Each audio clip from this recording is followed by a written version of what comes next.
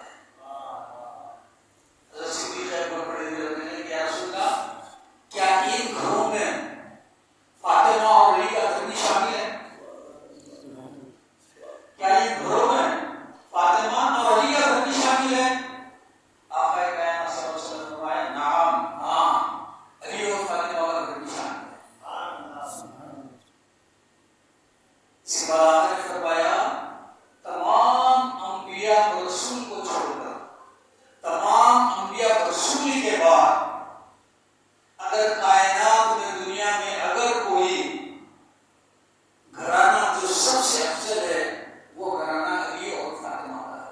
سبحان اللہ۔ جس طرح حضور نبی کریم صلی اللہ علیہ وسلم تمام انبیاء علیہ السلام میں سب سے افضل والا ہے، اسی طریقے سے آقا کائنات صلی اللہ علیہ وسلم کا گھرانہ یعنی علی و فاطمہ کا گھر تمام انبیاء علیہ السلام کے تمام گھروں میں سب سے افضل والا ہے۔ اب اس سے کیا مثال دے سکتے ہیں؟ یہ کیسا گھرانہ ہے جن کی تعریف جو ہے قرآن پاک میں کئی آیتیں مختلف موضوعات پر مختلف محلوں پر قرآن پاک کی آیتیں جو ہے اشارت بھی آئی ہے، کنایت بھی آئی ہے اور صاف لفظوں میں بھی آئی ہے۔ تو یہ وہ گھرانہ ہے۔ حضور نبی کریم صلی اللہ علیہ وسلم نے فرمایا کہ اگر کوئی شخص چاہتا ہے کہ اپنی عمر دراز ہو اور اس کے لیے شادی ہو، جو شخص یہ چاہتا ہے کہ اس کی عمر لمبی ہو اور اس کے جسم میں بھی وسعت ہو تو بولے میرے اہل بیت سے محبت کرے۔ یہ اعجاز ہے اہل بیت کی محبت کا۔ عمر بھی لمبی ہوتی ہے اور رزق بھی کثیر باقی کثیر تعداد میں ملتا ہے۔ اور پھر آقا کائنات صلی اللہ علیہ وسلم نے خاص طور پر فرمایا کہ لوگوں تم اپنے گھر والوں کو میری اور اہل بیت کی محبت پہلے سے کہو۔ پہلا آپ نے یہ کئی مرتبہ آپ نے فرمایا کہ لوگوں اپنے گھر والوں کو پہلے میری اور اہل بیت کی محبت سے کہو۔ تو یہ اہل بیت پاک ہے اور اس میں سب سے زیادہ جو نام ہمارے کو ملتا ہے وہ حضرت سیدہ کائنات صلی اللہ علیہ وسلم ہے اور مولا کائنات اور بھی کیوں نہ ہو کہ اللہ تبارک و تعالیٰ جس وقت آدم علیہ السلام کی اللہ تبارک و تعالیٰ نے روح میں ڈالی اور جب آدم علیہ السلام کی آنکھ کھلی تو آپ نے سیدھے جانب دیکھا کہ 5 عضو ہیں، 5 عضو ہیں۔ تو حضرت آدم نے فرمایا کہ مالک مولا یہ جو 5 نور چمک رہے ہیں یہ کون ہے؟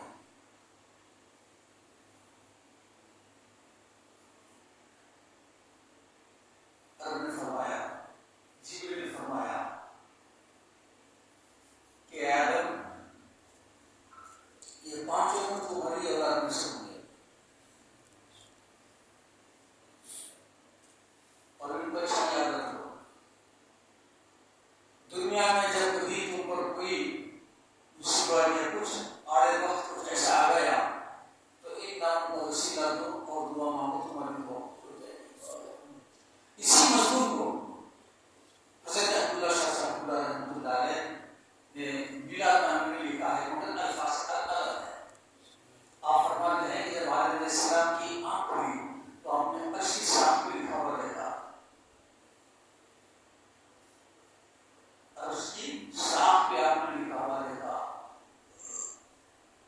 کہ میں محمود ہوں، یہ محمد ہے، میں اعلیٰ ہوں، یہ علی ہے، میں فاتح ہوں، یہ فاطمہ ہے، اور میں محسن ہوں، یہ حسن حسین ہے۔ تو آدم علیہ السلام سے مالک مولا یہ نامہ کیسے؟ تو رب نے فرمایا کہ آدم ان ناموں کو تم یاد رکھ لو، دنیا میں اس ناموں سے تم کو حاصل ہوگا۔ ایک روایت میں جبریل نے فرمایا کہ اے آدم ان ناموں کو یاد رکھ لو کہ دنیا میں تم کو ان ناموں سے حاصل ہوگا۔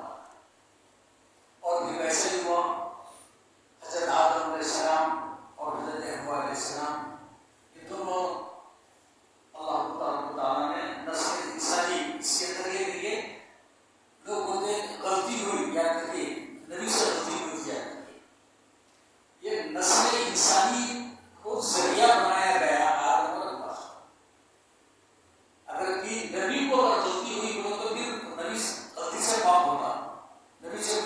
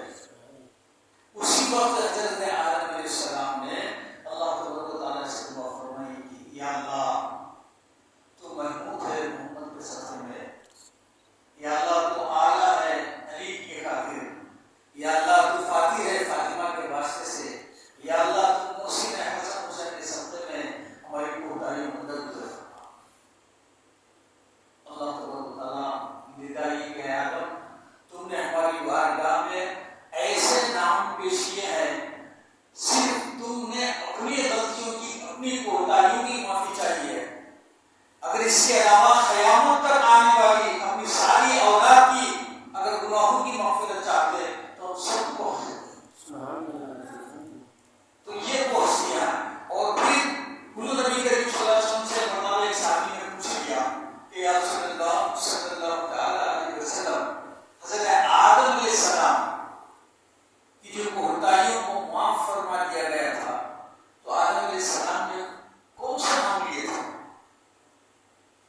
تو آپ نے فرمایا میں محمد، علی، فاطمہ، حسن و حسین. تو بہت مختصر یہ ہے کہ اہل بیت کا گھرانہ یہ وہ گھرانہ ہے ان سے جو چھوٹے وہ کہیں یہ بھی نہیں ہے. ان سے جو جڑ گیا اس کی دنیا بھی بہتر اور اس کی آخرت بھی بہتر. آقا کائنات صلی اللہ علیہ وسلم نے فرمایا جو شخص اہل بیت کی محبت میں اس دنیا سے رخصت ہوتا ہے، جو شخص اہل بیت کی محبت میں اس دنیا سے رخصت ہوتا ہے، اللہ تعالیٰ اس کی قبر کو فرشتوں کی مرضی بنا دیتے ہیں. فرشتے ہو جا کے اس کی زیارت کرتے ہیں. اہل بیت پاک کی محبت کا یہ صلہ ہے. جو شخص اہل بیت کی محبت میں اس دنیا سے گیا تو رب تبارک و تعالیٰ اس کی قبر کو فرشتوں کی زیارت کا بنا. بہت بڑا بہت عالیشان بہت بڑا ہے اور یہ کی فضیلت بیان نہیں کر سکتے. سیدہ کائنات سلام اللہ علیہ حضرت علی رضی اللہ تعالیٰ متعلق آپ سب جانتے ہیں کہ حضرت علی رضی اللہ تعالیٰ کا یہ عالم تھا کہ آپ جب گھوڑے کے اوپر جب سوار ہوتے گھوڑے پر جب بیٹھ گیا تو ایک منٹ پہلا پاؤں رکھتی ہے. جب دوسرا پاؤں پڑھا کے دوسرے ڈالتے پاؤں میں ڈالتے تو اتنی دیر میں جب قرآن کو بھی رہتے یعنی ایک حکم قرآن پڑھ لیتے تھے. اب ہمارے لیے یہ تعجب کی بات ہے لیکن اللہ کے قدرت حکمت کے لیے کوئی تعجب نہیں ہے کیونکہ قرآن رسول ہے. اللہ تعالیٰ نے فرمایا کہ ہم نے کسی کے اوپر وقت کشادہ فرما دیتے ہیں اور کسی کے اوپر تنگ کر دیتے ہیں. اب مثال کی تو سیدھی سادھی مثال ہے آپ کے پاس. حضور نبی کریم صلی اللہ علیہ وسلم کے راز تشریف لے گئے اور جب مکمل معراج سے واپس آئے تو کتنی دیر میں 1 منٹ 2 منٹ گھنٹہ 2 گھنٹے 1 ہفتہ 1 مہینہ کتنی دیر میں کتنی دیر میں یعنی آپ بستر پر سے اٹھے یہ تو بستر گرم تھا. آپ دیکھیے تجربہ کر کے جب ہم سو جاتے ہیں اور اس کے بعد جب اٹھتے ہیں تو بستر کا کیا رہتی گرمی نہیں تھا یعنی بستر کا گرمی جلتی نہیں ہے. اور آپ جو وضو بنائے تھے ابھی وہ پانی بہ ہی رہا تھا ابھی بہا ہی نہیں تھا ابھی بہنے کا سلسلہ جاری تھا. اور جب دروازے میں سے نکلے آپ گھر کے تو اس کی جو سمتل ہوتی زنجیر ہل رہی تھی وہ جنگی ایک برابر ہل رہی تھی. یعنی اتنے وقت تھا کتنا وقت میں حضور چاہتے آئے. تو یہ وقت کتنا تھا کہ سرکار ساتوں آسمیات سیدھے مسجد اقصی میں تمام انبیاء علیہ السلام کی امامت کرے. اس کے بعد آسمان میں گئے. یہاں سے پہلے آسمان کا راستہ 500 راستہ ہے. اگر کوئی تیز رفتار سواری پہ نام نشتا بغیر رکے اگر گیا تو 500 سال لگتے. اور پھر پہلے آسمان کی موٹائی 500 رسی ہے اور آسمان جتنے ہیں آپ کو ٹرانسپیرنٹ ہے آسمان. اب بولے یہ تو 500 برس کی رات کا موٹا ہے لیکن ٹرانسپیرنٹ ہے. اس کے بعد پھر پہلے آسمان سے دوسرے آسمان کا راستہ 500 برس کا. تو اتنا سوچا بھولے گا کیسا نہیں اتنی دیر. تو ہمارے مفسرین کرام نے کہا جو نبی کریم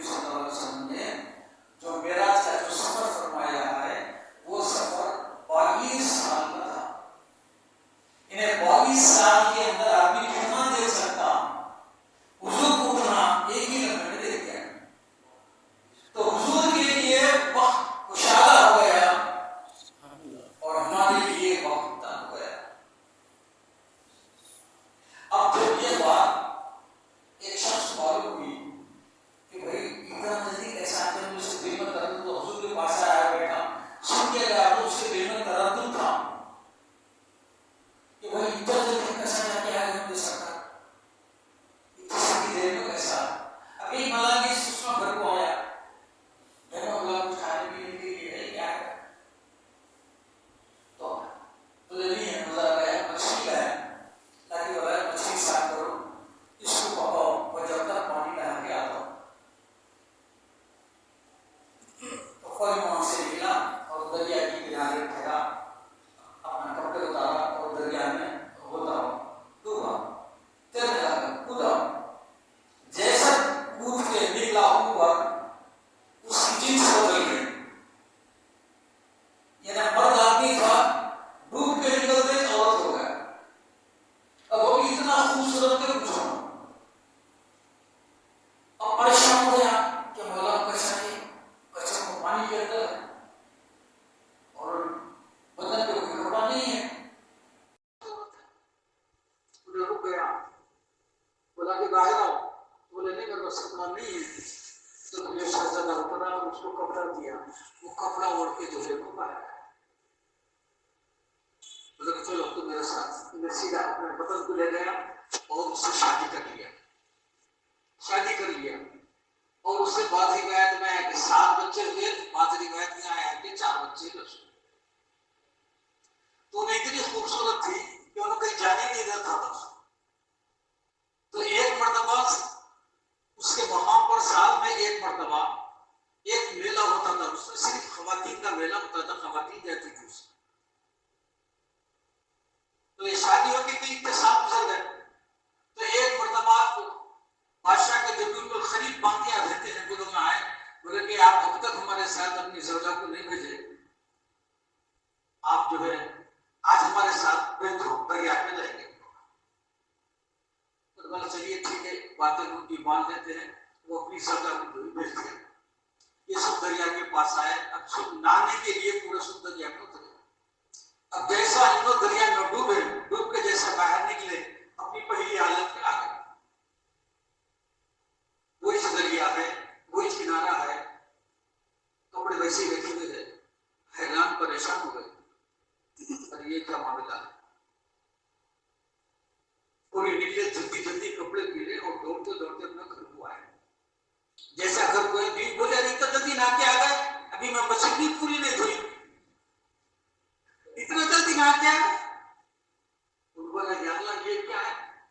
اس کے بعد میں حضور کی بارگاہ میں حاضر ہوا، آگے ساری داستان سنایا۔ تو حضور نبی کریم صلی اللہ علیہ وسلم نے فرمایا تیرے دل میں شک تھا نا میں کیسا جا کے آیا ہوں، اللہ نے تیرے شک کو درست کرنے کے لیے تیرے ساتھ یہ واقعہ پیش آیا۔ تو یہ ہے اللہ تبارک تعالیٰ کی قدرت سے کوئی چیز بعید نہیں ہے۔ اللہ جب چاہے، جو چاہے، جیسا چاہے اپنے بندوں کے لیے اپنا خاص محبوبان الہی کے لیے کر سکتا ہے، اس میں کوئی ڈاؤٹ کرنا ہی نہیں ہمارا۔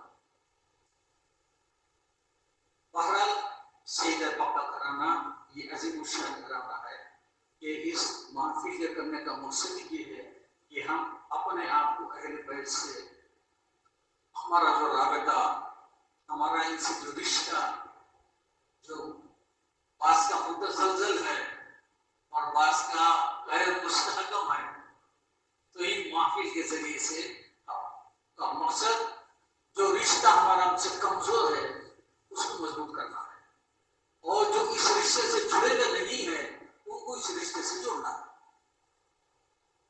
تو بہرحال اہل بیت پاک یہ بہت عظیم شخصیتیں ہیں، یہ بہت بڑا گھرانہ ہے، ان کی محبت کے بغیر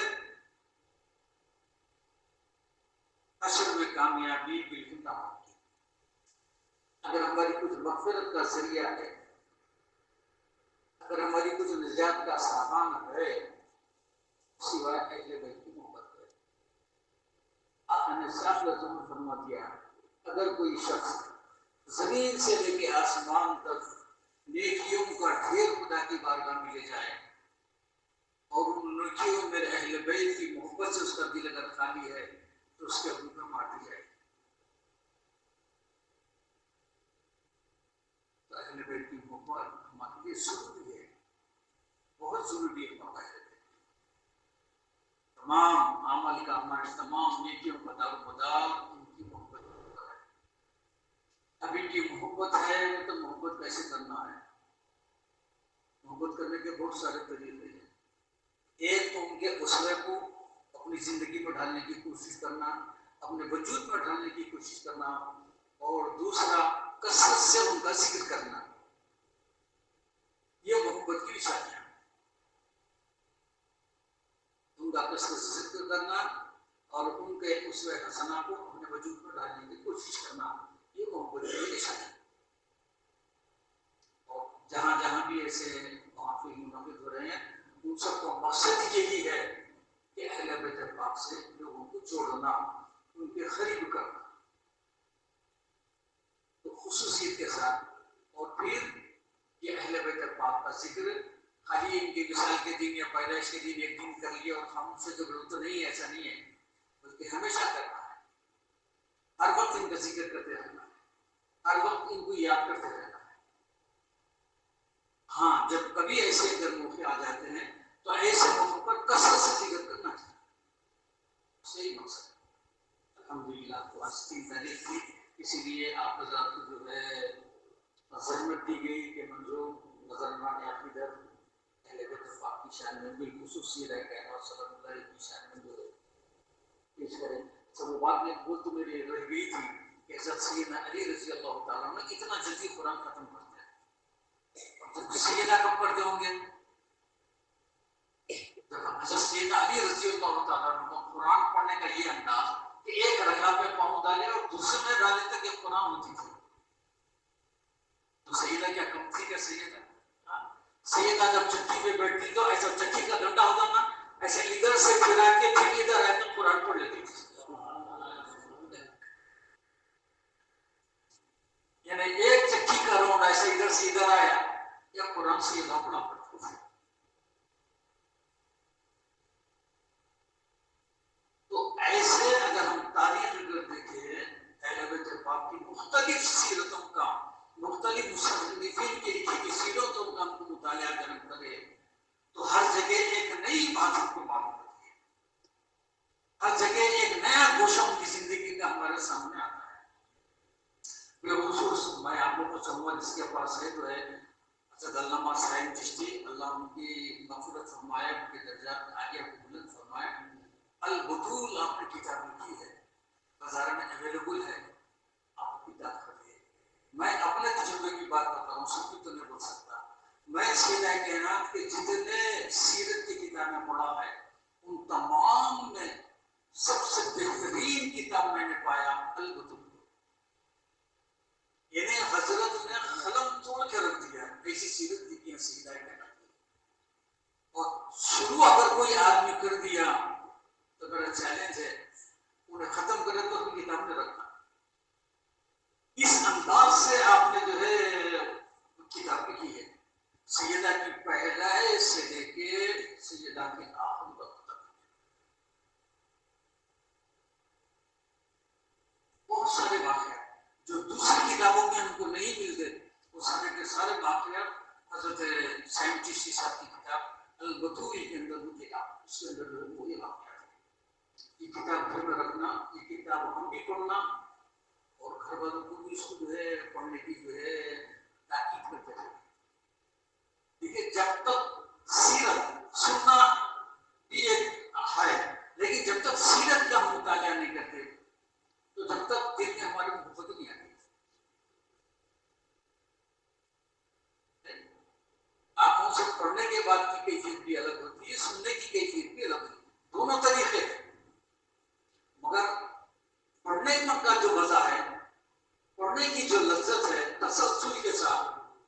اب تقاریر وغیرہ جو ہم سنتے ہیں اس کو کوئی تسلسل نہیں رہتا، انہیں پوری شروع سے آخر تک کی سیرت نہیں رہتی. اس میں مختلف گوشوں کو الگ الگ انداز میں پیش کیا جاتا ہے، لیکن اس کے اندر ایک باضابطہ تسلسل ہے.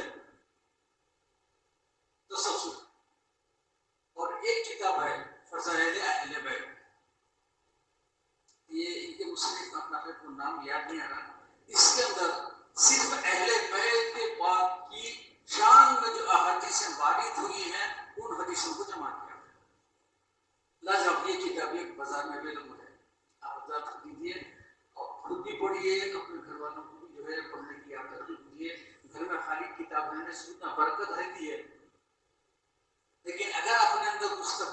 لانا ہے تو پھر کتاب کا مطالعہ ضروری ہے، پڑھنا پڑتا، خالی رکھنے سے تبدیلیاں آتی. دیکھیے ڈاکٹر کے پاس یہ بیمار ہوئے، ڈاکٹر سے دوا دے، دوا بازو رکھ لے کے آدمی راتوں کا صحت مند ہوتا کیا؟ دوا کھائے تو صحت مند ہوگا ہے نا. تو ایسی کتابوں خالی جمع کرنا کوئی فائدہ نہیں ہے، مطالعہ کرے تو پھر اپنے وجود کو تبدیلی آتی ہوتا. کیوں کہ جس کتاب کا بھی مطالعہ آپ کرتے ہیں، مثال کے طور پر اگر سیدہ کی کتاب کا بزرگان دین فرماتے ہیں، اگر جس بھی ولی کا تذکرہ ہم کرتے ہیں، جتنی دیر بھی کرتے ہیں، ان کی روح ہمارے طرف منتقل رہتی ہے، ہماری طرف رہتی ہے، ان کی توجہ ہمارے طرف رہتی ہے. جب سیدہ کا ذکر کر رہے ہیں، سیدہ کی جب سیرت کی کتاب پڑھ رہے ہیں تو سیدہ کی توجہ کدھر رہے گی؟ کہ وہ ہماری طرف رہتی. جب تک ان کی سیرت ہم پڑھتے رہیں گے تب تک ان کی توجہ ہمارے طرف مرکوز ہے. تو کتاب خالی خریدنا کمانی ہے، یہ کتاب خرید کے پڑھنا بھی ہم کچھ ہے. اور پھر ایسی کتابیں جو ہے جو اپنے عقیدے میں ہیں، جو اپنے ایمان کا جز ہیں، یہ ایسی ہی کتابیں جیسے ہم جو ہے مختلف تحاریف میں ہم جاتے ہیں تو ان تحاریف میں جہاں نقدی دینا ہے ہمارے کو یا کوئی شکل میں آپ تحفہ دیتے ہیں، اگر بجائے اس کے اگر ہم یہ رواج اگر ڈالیں کہ ہم اگر ایسی کتابیں دیے جس سے ہمارے عقائد بھی صحیح ہو اور پھر اہل بیت کا ہم کو قربی نصیب ہو تو یہ اس سے زیادہ ہو سکے، اس سے زیادہ ہو سکے. بہرحال اللہ تبارک و تعالیٰ سے دعا ہے کہ مولا کائنات آج کی صورت میں سیدہ کائنات کے جو کچھ ہم جمع کا ذکر کیا ہے، اگر اس مبارک جسم میں اس مبارک ذکر مبارک میں اگر کچھ سکون رہ گیا ہے، کچھ کوتاہی آنے سے مولا سیدہ کے صدقے کی درگزر کرنا اور کل قیامت کے دن سیدہ کی شفاعت، ان کے بابا کی شفاعت سے ہمیں سب کو سفر